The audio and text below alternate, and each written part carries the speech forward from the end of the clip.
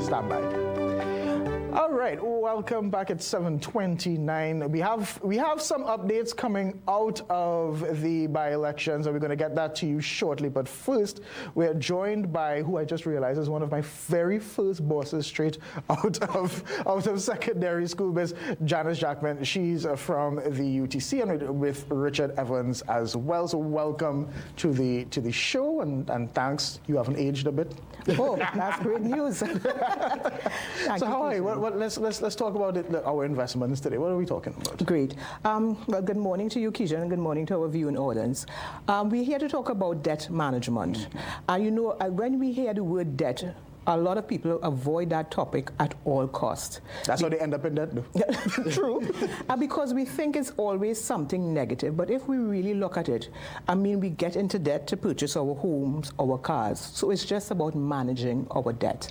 So because, again, when we look at debt, and some people, they hear the word debt, it actually stirs up a lot of negative feelings. So it may be anxiety, distress. Even some people, it's depression. But we want to say that, there are some key reasons why people get into debt. And we just want to mention a few. And they could go into two broad categories, really. One being poor money management. Of course. And then you just have life events. So if we look at poor money management, for example, what we have things like not having a budget. And we keep stressing that a budget is really a key thing when it comes to your financial well-being. Because first of all, if you do not have a budget, you could be spending and not taking account what you're spending, and what happens is that your expenses actually overrun your income. So obviously, you end up in debt. Works for the government? We'll not get there, right? Because we're speaking about managing your debt. And then, too, when you look at it, that misuse or even overuse of your credit cards. Absolutely. Because, a lot of times you just take it out. And you just spend. That's right, because you just swipe. You don't get the impression that you're actually using the financial institution monies. It's not your money. Exactly. And credit cards is one of the highest interest-paying debt there is. And then again, we could look at, when you overspending, so you're living beyond your means, because as we say, you're trying to keep up with the Joneses. Yeah. So you just media, that's right. And when you look at social media, there are a lot of influences there, and you want to have the brands, you want to have the latest cell phones. So you have a lot of negative influences at times, which could incur you, and you just go spending wildly. Now, when we look on the other end of the spectrum, there you have life events, and sometimes just unexpected debts. Unexpected expenses, I should say, rather. So you may have your roof. For instance, sometimes you may have a leakage, or you may have to change your whole roof.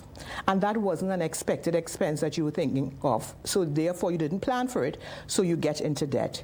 You have things like medical. Illness is not something we plan for, and we don't know when that may come our way. And then we get into debt because, expenses are so high when it comes to our medical expenses. Right. So those are some of the areas, because that list could go on and on and on. But when you look at it, we want you to look at it in the sense that, one, you can control, right, which is your poor money management. The other one, what we're saying is that sometimes because of a lack of a contingency fund, or we say an emergency fund, you find yourself in debt. And this is where the UTC comes in. This is where the UTC comes in. All right, let's bring in Richard Evans. This is where you come in as well. How do you want to add to what Ms. Jackman just said? Sure, not a problem. So if you were to focus on the younger demographic, what we find is a lot of young persons like myself, I still consider myself as part of that demographic, we tend to focus on the now. So you want to live our best life now, as the saying goes. But that can really send us into debt. All right, so it's important for us to take account of our accounts. So you want to put pen to paper, and we want to write down how many debts we are currently in, how many loans that we have. And then we want to consolidate. We want to look for areas in which we can consolidate. So we may have 6 loans out there. We want to bring them into one. We also want to pay attention to how we spend. Because truth be told, Kijan, we spend a lot of money on things that may not be important to us at this time. So you want to pay attention to our spending. And of course, as we pay attention to our spending, we may have more money now to invest. Right. And when we talk about consolidate your debt and your loans. How do you do that? If I have one here and I have one there, a car loan in one bank and maybe a mortgage with another, that's not. When you say consolidate, what do you mean? Right. So you just want to look to financial institution that offers the lowest interest rates, and we want to take the loan with them, and you want to pay off the loans with the other institutions as well. Now, the UTC doesn't offer loans per se, but you have your first unit scheme where you could save and you put away something for retirement. Yes. How much does that influence everything? Let's say I want to ensure that I live my best life. No. I don't know what's going to happen. I don't know if I'm going to reach retirement.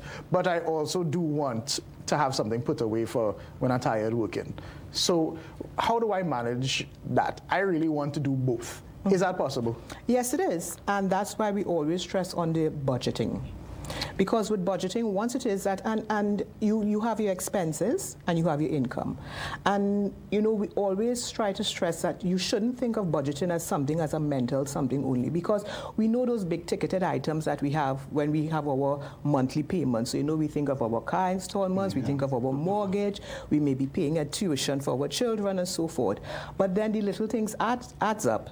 So that's why we're saying, you know, you need to have, like for me, I use pen, pencil, that sort of thing. But of course, there are a lot, you know, there are the tech-savvy things now where you can have apps and you can actually do a budget. And that could help you assess, okay, where am I having wastage in the sense of my expenses? Where am I not letting my monies work for the best for me?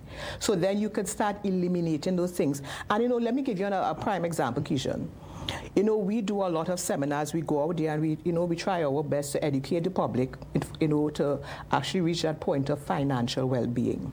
And I too look at my finances, and then I realize, you know, I am with a particular cable company, and I was paying close to like over $500 every month for my cable. Right.